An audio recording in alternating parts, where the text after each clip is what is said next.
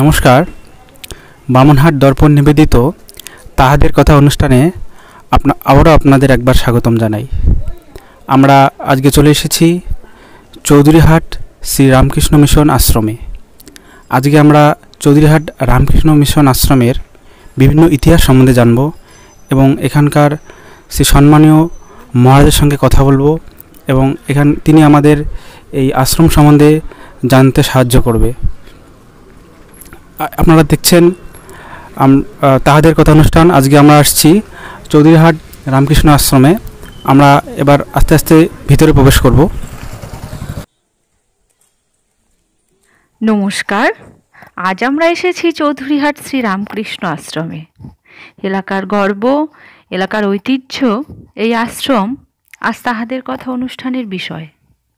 আমরা কথা বলবো আশ্রমের মহারাজের সাথে, জেনে নেব আশ্রমের অতীত, বর্তমান এবং ভবিষ্যৎ।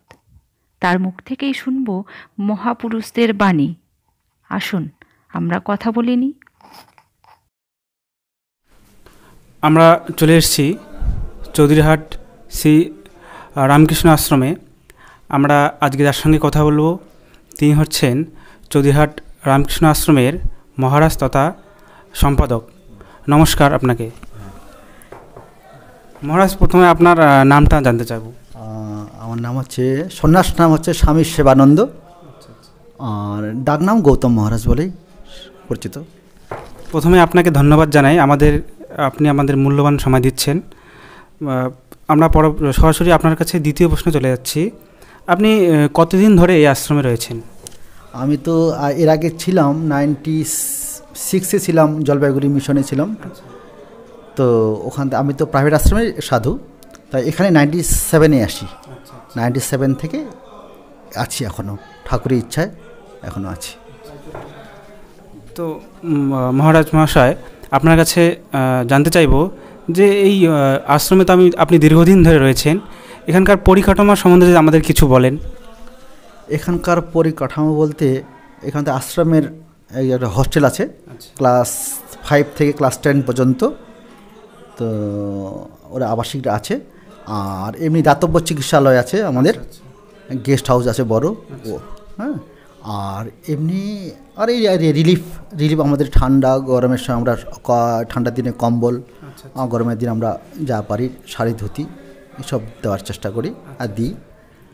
আর গ্রামে গঞ্জে গিয়ে একটু ঠাকুরের কথা, সেটাও আমরা বাণী প্রচার সেটা আমরা চালিয়ে যাচ্ছি। এই একটা ছোটো গ্রামের একটা আশ্রম, এইভাবে আমরা চালিয়ে যাচ্ছি ঠাকুরের ইচ্ছায়। মোটামুটি এখানে কতজন রয়েছে আশ্রমে সব মিলিয়ে? এখানে আবাসিক ছাত্র আছে আমাদের প্রায় 40 জনের মতো, আর আমরা সাধু আছে আমরা 2 জন। আর এই নিয়ে আমাদের বাগানে কর্মী আছে 2 জন, রাঁধুনি 2 জন, আবাসিক টিচার আছে 2 জন। প্রায় 50 জনের মতো আমরা আছি এখানে। তো এখানে তো বহু ছাত্রছাত্রী আবাসন থাকেন এবং পড়াশোনা করেন। তো আমরা সবাই জানি করোনা মহামারীর জন্যে মানুষের স্বাভাবিক জীবনযাপন ব্যাহত হয়েছে। ঠিক সেইভাবেই ছাত্রছাত্রীরা এখানে যারা আবাসন থাকেন তাদেরও জীবনে কতটা পরিবর্তন হয়েছে এবং কতটা পরিবর্তন আপনি লক্ষ্য করেছেন? না, এখানে তো আগে তো জীবনধারাই ছিল অন্য, যে এখন 9 মাস থেকে প্রায় 9 মাস হলো লকডাউন, মানে করোনার জন্য মহামারী।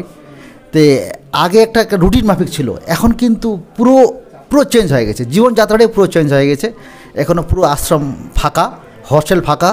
আশ্রমে আমরা 2 জন মহারাজ আছি, আর কর্মী আছে 2 জন, আর কেউ নেই, রাঁধুনি আছে। এই পুরো 9 মাস থেকে আমাদের জীবনযাত্রা পুরো চেঞ্জ হয়ে গেছে। আগে একটা আশ্রমে একটা পুরো হই একটা এসেছিল, একটা মন্দিরে প্রেয়ারের সময় অনেক ছাত্র ছিল। এমনি তো ভক্তরা আসেই, তবুও এখন কীরকম যেন ফাঁকা লাগছে। আর জানি না কবে স্কুল খুলবে আর কবে ছাত্ররা আসবে, এখন ঠিক নেই। কিন্তু সামনে জানুয়ারি মাসে আমরা আবার নতুন ছাত্র আমরা অ্যাডমিশনের জন্য আমরা সেটা পেপারে অ্যাড দেব, দেখা যাক কি দাঁড়ায়। এখনও কোনো শিওর বোঝা যাচ্ছে না যে কবে হস্টেল খুলবে আমাদের। না, আগে যেরকম একটা পরিবেশ ছিল সেটা একদম নেই, পুরো চেঞ্জ হয়ে গেছে। হ্যাঁ, সত্যি তাই, মানুষের জীবনও অনেকটাই পরিবর্তন ঘটেছে আমাদের।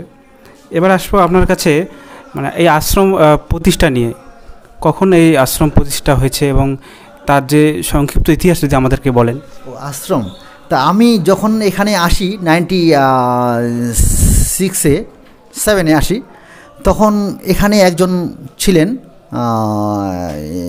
ওনাকে আমরা সবাই সুধীর ব্যানার্জি, কেউ দাদু বলে, কেউ কাকাবাবু বলে, তা আমিও দাদু বলে ডাকতাম। তো উনি আশ্রম প্রতিষ্ঠা করেছেন 1990 সালে। তো ওনার মুখে শুনেছিলাম, উনি ওনাকে জামাদার মতো ডাকতো, মানে পুলিশের চাকরি করতো, তখন তো বিএসএফ ছিল না, পুলিশ ছিল। তো উনি ডিউটি অবস্থায় এখানে একটা আশ্রম তৈরি করেন। যাক, উনি ঠাকুরমা স্বামীজিকে দর্শন করেছেন, তো এরকম শোনা যায়। কিন্তু তবে উনি আধ্যাত্মিক দিকটা কিন্তু অনেক উন্নতি ছিলেন। আমি দেখেছি যে উনি যখন সন্ধ্যা আরতির সময় যখন জপ ধ্যানে বসতেন, তো ওনার জব সেই সন্ধ্যা আরতি প্রেয়ারে শুরু হওয়ার পর থেকে রাত 9টায় মন্দির বন্ধ করা হয়, তো 9টায় ওনার জব ভাঙতো না, ধ্যান ভাঙতো না। তো সেটা আমি বহুবার সেটা জানলার শব্দ, দরজার শব্দ করে ওনার ধ্যান ভাঙাতাম আমি। তাছাড়া অনেক অলৌকিক কতগুলো ঘটনা ওনার জীবনে আমি লক্ষ্য করেছি। তো এখানকার লোকাল মানুষরা ওনাকে একটা অন্য চোখে দেখতেন। তাই ওনার ফটো অনেকের ঘরে দেখেছি, ঠাকুর ঘরেও বসাতেন। তবু আমি সেটা বারণ করেছি, যেহেতু আমাদের মঠ মিশনে অনেক সাধুরা আসেন এখানে। হ্যাঁ, তো সাধুরা আসেন, তো অনেক ভক্তের বাড়িতেও যদি যান, যদি দেখেন ঠাকুর ঘরে ওনার ফটো, তখন সেটা খারাপ মনে দেখবেন। ওই জন্য আমি কিন্তু অনেককে বারণ করেছি, কিন্তু তবুও লোকাল ভক্তরা ওনাকে একটা আলাদা চোখে দেখেন, ঠাকুর চোখেই দেখেন। তো উনি এই আশ্রম প্রতিষ্ঠা করেছেন 1950-এ, আর তার আগে করেছেন স্কুলটা। স্কুল এই যে চৌধুরীহাট বিবেকানন্দ বিদ্যা মন্দির হায়ার সেকেন্ডারি তো হায়ার সেকেন্ডারি স্কুল, এটা উনি প্রতিষ্ঠা করেছেন। তারপরে আশ্রম প্রতিষ্ঠা করলেন। তো এটাই আমি ওনার সম্বন্ধে আমি জানি যে 1950-এ তিনি আশ্রম প্রতিষ্ঠা করেছেন।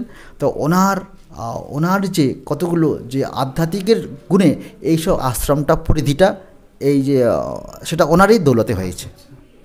তো ওনার সংস্পর্শে এসে আমি ঠাকুরের ইচ্ছায় অনেক জানতে পেরেছি, মানে শিখতে পেরেছি। গীতা, চণ্ডী, ভাগবত এসব ওনার মুখেই শুনেছি। আর ওনার জীবনটা আমার খুব ভালো লেগেছে। তাকে সুধীর জামাদার বলেই ডাকতো ওনাকে।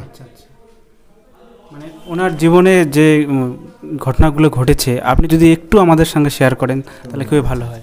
তা আমি ওনার জীবনে কতটুকু বলতেছি। তো তখন তো ল্যান্ডফোন ছিল, ঠিক আছে, ল্যান্ডফোন তখন আমার কাছে একটা কর্ডলেস ছিল। তো ওই কর্ডলেসেই বাইরের ভক্ত দিল্লি থেকে, হ্যাঁ, তো আমেরিকায় কয়েকজন ভক্ত ছিল। তো ওরা কিন্তু মাঝে মাঝে ফোন করতেন, হ্যাঁ, আমি ফোন রিসিভ করতাম। তো সব কিছু ফোনেই কথা হতো। আমি কর্ডলেসে তখন দাদুকে দিতাম। তখন যেমন অনেকে বলতো যে আমার ক্যান্সারে, আমার ছেলের ক্যান্সার বা বউয়ের ক্যান্সার, অনেকে এরকম ব্যাপারে দাদুর সঙ্গে কথাকন হতো। হ্যাঁ, তারপরে তখন বলতো ঠিক আছে, তোমার ওটা অসুবিধা হবে না, তো ওটা তুমি রেজাল্ট পেয়ে যাবে। তো এরকম যখন কোনো ফোন আসতো তখন কিন্তু কেঁদে কেঁদে আমাকেই বলতো, প্রথমে বলতো যে হ্যাঁ আমার ওটা সাকসেস হয়ে গেছে, আমি দাদুর সাথে একটু কথা বলবো।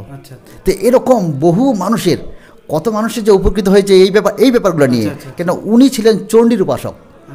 উনি চণ্ডীর পুজো না করা পর্যন্ত কিন্তু জল গ্রহণ করতেন না। তা আমি দেখেছি যে মানে ওনার জীবন, যে আমরা যে কথামৃতে যেমন ঠাকুরের জীবন যে অনেক আমরা যখন জানতে পারি পরে, হ্যাঁ, কিন্তু ওই ঠাকুরের জীবনের সঙ্গে মানে অতটা বেশি বললে মানে হবে, যদিও একটা সাংসারিক উনি সংসার করেছেন, হ্যাঁ, সংসার করেছেন, কিন্তু ওনার যে অনেক উচ্চ স্তরের মানুষ ছিলেন। তো বহু মানুষকে উনি উপকার করেছেন। তো এর জন্য বহু মানুষ এইসব যত এই আশ্রম পরিধি বা ঘরবাড়ি সব ভক্তের ডোনেশনের টাকা দিয়ে এগুলো হয়েছে। এত মানে ওরা স্বতঃস্ফূর্ত হয়ে বা মানুষের উপকার যেহেতু উপকার হয়েছে, হ্যাঁ, সেই অনুযায়ী ওনারা এসে আমরা কিছু টাকা তুলে দিতেন দাদুর হাতে। তো উনি এই ভক্তের দৌলতে এই আশ্রমটা তৈরি করছেন। এখানে গেস্ট হাউস আমাদের 3টা বিল্ডিং আছে, কিন্তু মঙ্কস কোয়ার্টার শুধু একটাই। তারপরে এত ছাত্রছাত্রী যেখানে রয়েছে, হ্যাঁ, ছাত্র এখানে দূরে দূরে ছাত্ররা আসেন। এখানে শিলিগুড়ি থেকে আসামের ছাত্র আছে, কোচবিহার তো আছেই। আচ্ছা, এছাড়াও বিভিন্ন জায়গা থেকে প্রতি বছর হ্যাঁ লোকের সমাগম। হ্যাঁ, এখানে দুর্গাপূজায় বহু বাইরে থেকে ভক্তরা আসেন, একমাত্র এই সুধীরবাবুর পরিচিতির দৌলতে। খুব সুন্দর একটা ইতিহাস আমরা জানলাম। মহারাজ, আপনার কাছে পরবর্তী প্রশ্ন আসছি, যে বর্তমানে যুব সমাজ, তাদের উদ্দেশ্যে আপনি কি বলবেন? বর্তমানে যুব সমাজ বলতে সেই যুব সমাজে আমরাও পড়ি অনেকটা, ঠিক আছে? যুব সমাজ বলতে আমি প্রথমেই বলছি যে স্বামীজির কথা, যে যে যখন স্বামী বিবেকানন্দ পরিব্রাজক অবস্থায় ঘুরতে ঘুরতে যখন দক্ষিণবঙ্গে যান, তো সেখানে কতগুলো যুবক স্বামীজিকে জিজ্ঞাসা করেছিলেন যে মহারাজ, আপনি এইভাবে না ঘুরে রাজনীতিতে নেমে দেশকে স্বাধীন করার চেষ্টা করুন। তখন স্বামীজি তার উত্তরে বলেছিলেন যে দেশ স্বাধীন তো আমি কালই করে দিতে পারি, কিন্তু ধরে রাখার মতো মানুষ কোথায়? তো এই গোড়ায় হচ্ছে গলত। এই মানুষ যদি ঠিক না থাকে, মানুষ যদি ঠিক না হয়, তাহলে কিন্তু কোনো কিছুই হবে না। মানুষ চাই, আমরা দেখতে মানুষের মতো, দেখতে কিন্তু মানুষের মতো, কিন্তু আমরা প্রকৃত মানুষ নই। তো যদি আমরা প্রকৃত মানুষ হতাম, তাহলে যখন আমার মা বাবা কোনো মহাপুরুষের কাছে বা কোনো মহারাজের কাছে যখন নিয়ে যেতেন, তখন কিন্তু মা বাবা বলে যে যে মহারাজ, আমার ছেলেকে একটু আশীর্বাদ করুন, ও যেন মানুষ হয়। কি বলে? আমার ছেলে যেন মানুষ হয়। তো এখন যদি ওই মহারাজ যদি উল্টে জিজ্ঞাসা করে, আপনি আপনার ছেলে মানুষ, ছেলেটাকে নিয়ে এসে আমি আবার কীভাবে বলবো আশীর্বাদ করবো সে মানুষ হোক?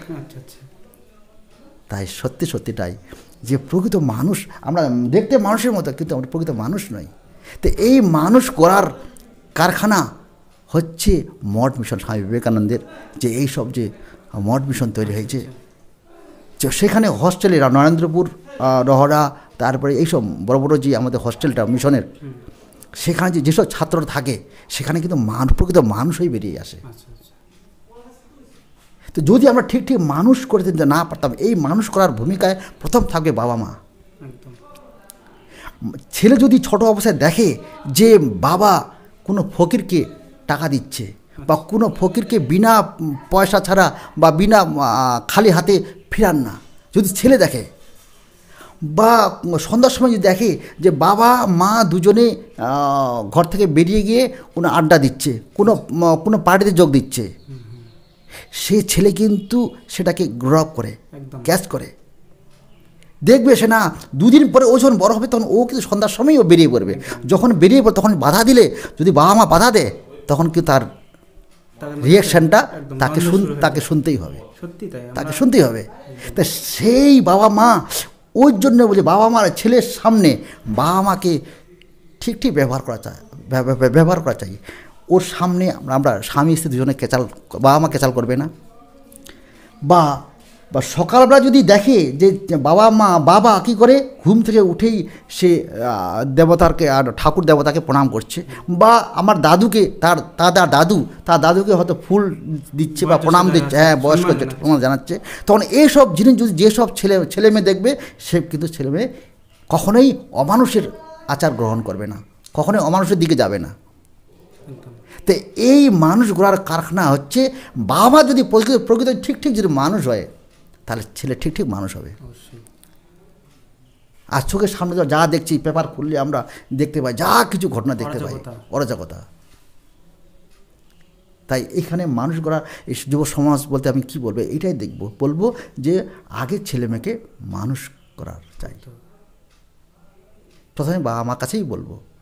একদম, এটা একটা দীর্ঘ একটা প্রসেস। হ্যাঁ, বাবা মা যদি ঠিক না হয়, তাহলে কিন্তু কখনোই মানুষের দিকে কখনোই পা বাড়াবে না, মানুষ তৈরি হবে না। আর যদি প্রকৃত মানুষ না হয়, তাহলে তো যা অরাজক চলছে, তাদের কোনো মহৎ কাজ হবে না। তো যে পদে যাক, যেখানে যাক, কখনোই সেটা সফল হবে না। অরাজকতার এমন একটা জিনিস, যেখানে যাক, যে পদে যাক না কেন, সেখানে অরাজকতা করবেই। তো একজন একটা এইসব কথা বলতে গেলে অনেক গল্পগুলো সব মনে পড়ে যায়, কিন্তু সময়ও নেই। তো হ্যাঁ হ্যাঁ, আমার কত কাজ আছে কতগুলো। মহারাজ, বর্তমানে যে যুব সমাজ তারা অনেকটাই দিকভ্রষ্ট এবং খারাপ পথে চালিত হচ্ছে, তাদের সেখান থেকে কী হয় তারা ফিরে আসতে পারে বলে আপনার মনে হয়? তো বর্তমান যুব সমাজ যেমন, হ্যাঁ এটা আমরা লক্ষ্য করছি সব জায়গায়, এটা সব জায়গায় হচ্ছে যা এখনকার যে যুবকরা বিভ্রান্ত হয়ে গেছে, মানে কোনটা সৎ কোনটা অসৎ, কোনটা করণীয় কোনটা অকরণীয় সেটা নিজেকে ঠিক করতে পারছে না। তাই আমরা যেমন আমরা এই রামকৃষ্ণ আশ্রম হচ্ছে আমাদের বেলুড়মঠের বিবেকানন্দ ভাবপ্রচার পরিষদের আন্ডারে, এই চৌধুরী রামকৃষ্ণ আশ্রম। তো এখন আমাদের যে মন মিশনের যে মহারাজরা আমাদের প্রথমেই বলছেন যে এখন যুবকদেরকে টানতে হবে। যুবকদেরকে টানার জন্য একটাই পদ অবলম্বন হচ্ছে স্বামী বিবেকানন্দকে পড়তে হবে। তাই আমরা এখন সন্ধ্যার সময় সপ্তাহে একদিন আমরা কি করেছি, একটা যুব মহামণ্ডল ক্লাস শুরু করেছি, যে এই পথটাই হচ্ছে প্রধান অঙ্গ, প্রধান হাতিয়ার। যুবককে যে টেনে এনে যে দিকটা, ওদের যে লক্ষ্যটা কি বা নিজের পায়ে দাঁড়ানোর, যে স্বামী বিবেকানন্দ বলেছেন যে আগে ভালো মানুষ হতে হবে আর তারপরে নিজের পায়ে নিজে দাঁড়াতে হবে, নিজের পায়ে নিজে দাঁড়ানোর চেষ্টা করতে হবে। আর যদি একটা দুটার মধ্যে একটা কম হয় তাহলে কিন্তু মানুষ ঠিক মানুষ হলো না। মানুষ হতে হবে আর নিজের পায়ে নিজে দাঁড়াতেও হবে। তাই আমরা এখন এই বিবেকানন্দের একটা যুব মণ্ডলে ক্লাস শুরু করেছি। এই যুবকদেরকে আমরা টেনে নিয়ে এসে আমরা এই পাঠচক্রটা সপ্তাহে আমরা এই একদিন আমরা চালিয়ে যাচ্ছি। তো এর দ্বারাই কিন্তু অনেক যুবক উপকৃত হচ্ছে। অনেক যুবককে দ্বারা আমরা এখন কি করছি, রিলিফ, হ্যাঁ গ্রামে গঞ্জে আমরা রিলিফে যাই, যুবকরাই যায়। তো যুবকের শক্তিটা, এই যে ওদের শক্তিটা সৎ ব্যবহারে লাগাতে হবে। যুবকের শক্তিটা কী হচ্ছে, আজকাল রাজনীতি কী করেছে, এই যুব শক্তিটাকে অপব্যবহার করছে। কিন্তু এদের যে শক্তিটা আছে, দেখেন এদের শক্তিটা কীরকম, যদি কোনো একটা বাস অ্যাক্সিডেন্ট হয় বা ট্রেন যদি অ্যাক্সিডেন্ট হয়, সেখানে বৃদ্ধরা কিন্তু এগিয়ে যাবে না, যুবকরা যাবে। তো কি নিজের জীবনকে বিসর্জন দিয়ে ও ঝাঁপিয়ে পড়বে, আগুন লাগলে নিজের জীবনটাকে একদম, বাবা মা বলবে এই যাস না, ওরা কিন্তু একেবারে ঝাঁপিয়ে পড়বে কীভাবে আগুনটাকে মানে বন্ধ করা যায়। তো এই যে ওদের যে শক্তিটাকে, এই শক্তিটাকে ওরা সৎ ব্যবহারে কাজে লাগাতে হবে। আর অসৎ ব্যবহারে যুব শক্তিরা রাজনীতি কীভাবে ব্যবহার করে, এই পদ অবরোধ, মারো কাটো ধরো ভাঙো, কে যাচ্ছে, ওই যুবক শক্তিরা যাচ্ছে। যুবশক্তিরা, এই যে যুবশক্তিটাকে ধরে রাখার জন্য আমাদের মন মিশনের মহারাজরা কী করেছেন, এই পাঠচক্রের ব্যবস্থা করেছেন। এই পাঠচক্রের মাধ্যমে আমরা বহু যুবককে আমরা টানার চেষ্টা করেছি, ও যুবকের দ্বারা আমরা সৎ ব্যবহারে কাজে লাগাচ্ছি। আজকে ওদেরকে দ্বারা আমরা রিলিফে চলে যাচ্ছি গ্রামে। বন্যায় কোনো অসুবিধা হলে আমরা সবাই কিছু শুকনা খাবার, ড্রাই খাবার নিয়ে সেই যুবকদের নিয়ে আমরা সে ঝাঁপিয়ে পড়ছি ওই রিলিফে। প্রত্যেক বছরে আমরা এখানে কম্বল দেওয়া হয়, ঠান্ডার দিন কম্বল দেওয়া হয়, গরমের দিন ইত্যাদি হয়। সেই যুবকরাই গ্রামে গঞ্জে গিয়ে সার্ভে করে এই যুবকরাই সব ডিসিশন করছে। তো এর দ্বারাই এই অস্ত্রটাই হচ্ছে প্রধান অস্ত্র যুবকদের। আমরা এই সঠিক পথে লক্ষ্যটাকে আমরা ঠিক জায়গায় লক্ষ্যটাকে আমরা জানিয়ে দিচ্ছি যে এই স্বামীজিকে পড়লে, স্বামীজিকে নিয়ে চললে তোমরা ঠিক মানুষ তৈরি হবে। এই পথটাই আমরা এখন অবলম্বন করেছি, যে এই পাঠচক্রটা। আচ্ছা, তো মহারাজ এবার আপনার কাছে জানতে চাইব যে আমাদের গ্রামাঞ্চলে অনেকগুলো গ্রাম এই আশ্রমটাকে বেষ্টন করে রয়েছে। কিভাবে সেই গ্রামগঞ্জ যেগুলো যারা আছে সেখানকার মানুষজন কিভাবে আশ্রমের উপর নির্ভর করে আছে, বা কীরকম তাদের উন্নতি হচ্ছে, বা কীরকম একটা জায়গা করে রয়েছে আমাদের এখানে বলতে গেলে প্রথমে আমরা বলবো এই গত দুর্গাপূজায়, এই যে দুর্গাপূজা হলো, কোচবিহার যে ডাক্তার সুভাষ সাহা, আচ্ছা ওদের নার্সিংহোমটা কী জানো, শিলা নার্সিংহোম। তো ডাক্তার সুভাষ সাহা এই যে ওনার সৎ মনোভাবাপন্ন এই দুর্গম জায়গায়, চৌধুরী রামকৃষ্ণ আশ্রম দুর্গম জায়গায় এই 8 লক্ষ টাকা দিয়ে সেটা জল একটা আরও ওয়াটার প্ল্যান করে গেলেন। তো এই জল মানে কি আমরা লক্ষ্য করি, মানে এই চৌধুরীহাট, পুরো চৌধুরীহাটটা সবাই এই জলেই নিয়ে যাচ্ছে। তো উনি আরও অনেক কাজ করার পরিকল্পনা করেছেন, যদিও আসবেন এর মধ্যে। তো এই যে লোকাল মানুষরা এই চৌধুরীহাট আশ্রমের উপরে অনেক রকম ভরসা করে থাকে যে কবে আমরা চৌধুরীহাট আশ্রমে গেলে আমরা একটু গরিবরা একটু কিছু আশ্রয় পাবে, মানে কিছু খাবার আমরা রিলিফও করি। তো তা খাবার কাপড় অনেক কিছু আমরা দেওয়ার চেষ্টা করি, আর ওরাও স্বতঃস্ফূর্তভাবে আমাদের আশ্রমকে সহযোগিতা করে। আর এটারও ওরা নির্ভর করে যে মহারাজ কবে আসবেন আমাদের গ্রামে, এসে আমাদের খোঁজখবর নেবেন। এখানে আমি দীর্ঘদিন থেকে আছি, এটাই আমি দেখলাম, খুব এখানকার মানুষরা খুব স্বতঃস্ফূর্ত যে আশ্রমের দ্বারা ওরা অনেক উপকৃত হচ্ছে। যেমন আমরা ফ্রি সার্ভিস দিচ্ছি, ওষুধটা ফ্রি সার্ভিস, আমরা হোমিও সেটা ফ্রি সার্ভিস দিচ্ছি, তারাও উপকৃত হচ্ছেন। তো এরকম তো রিলিফ তো হচ্ছেই। আর কি বলবো, এটাই আমি মনে করি যে সেবামূলক কাজটা এভাবেই আমরা চালিয়ে যাচ্ছি। জানি না ঠাকুরের কি এখন কত দূর আমরা করতে পারবো। মহারাজ, এবার আপনার কাছে শেষ প্রশ্ন আসবো। আমরা সবাই শুনে থাকি এখানে মন্দির যে আছে আমাদের সেখানে কুমারী পূজা হয়, সেটা খুব নামডাক বাইরে এবং সারা জায়গায়। সেই কুমারী পূজার প্রচলনটা কীভাবে হলো এখানে আর কি, সেটা যদি একটু বলেন। কুমারী পূজার প্রচলনটা এখানে তো আমি যখন আসি তার আগেই তো কুমারী পূজাটা চালু হয়েছিল এখানে। তো কুমারী পূজা, কুমারী পূজার এইবার এই দুর্গাপূজা গেল, এটা 50 বছর পূর্তি ছিল আমাদের, খুব বড় করে করার ইচ্ছা ছিল, কিন্তু আমরা এই করোনার জন্য সেটা করা হলো না। এবার সব কুমারী পূজাটাও করতে পারলাম না আমরা। তো এখানে কুমারী পূজা দেখার জন্য এখানকার লোকাল মানুষরা যে কি ঢল হয়, মানে এখানে অষ্টমীর দিন তো আমরা এই নরনারায়ণ সেবার আয়োজন করি, বহু মানুষ এখানে প্রসাদ নিয়ে যান। এই কুমারী স্কুল মাঠে আমরা মানে জায়গা দিতে পারি না এত। তো এই দুঃখের বিষয় যে আমরা এইবার 50 বছর পূর্তির অনুষ্ঠানটা করতে পারলাম না। তো সামনেবার দেখা যাক কি করা যায়, সব ঠিকঠাক থাকলে। আর কুমারী পূজা, এটা মঠ মিশনে কুমারী পূজা দেখার জন্য সব মঠ মিশনেই ভিড় হয়, সব মঠ মিশনে ভিড় হয়। এই দুর্গম জায়গায়, এখানেও আরেক জায়গায় কুমারী পূজা হয়, তবুও এই চৌধুরী রামকৃষ্ণ আশ্রমের প্রতি সবারই অন্য একটা আকর্ষণ রয়েছে। সবাই চায় যে চৌধুরী আশ্রমে গেলে তবে আমরা শান্তি, দেখলেই তবে আমরা শান্তি, কিছু খেলেই তবে আমরা শান্তি।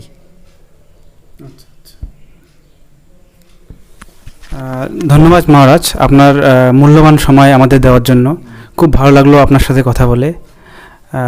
নমস্কার জানিয়ে আজকের তাহাদের কথা অনুষ্ঠান এখানে শেষ করছি। নমস্কার।